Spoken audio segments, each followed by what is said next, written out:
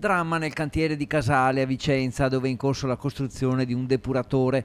Nel primo pomeriggio un uomo di 67 anni ha perso la vita nella zona in cui è in corso la realizzazione di un nuovo impianto per l'essiccamento dei fanghi di depurazione. Le cause dell'incidente sono al vaglio delle autorità. Secondo una prima ricostruzione sembra che l'operaio, residente in Lombardia, di dove è originario, sia scivolato e caduto da una scala, quindi da un'altezza di un paio di metri, riportando una ferita mortale alla testa.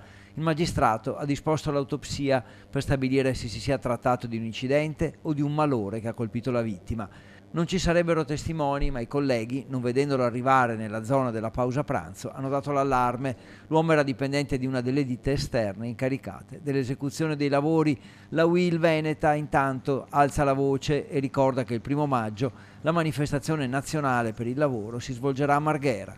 Oggi al Lido strage sfiorata, ma 4 persone si sono fatte male, poteva essere una strage. E adesso ci è arrivata la notizia di un altro morto sul lavoro a Vicenza. Una strage continua, una cosa indescrivibile. Tutte le istituzioni e i corpi intermedi devono fare qualcosa di più. Dobbiamo ragionare in una maniera diversa. Questa strage deve finire. Nel cantiere, oltre al SUEM, anche la polizia e i tecnici dello Spisal.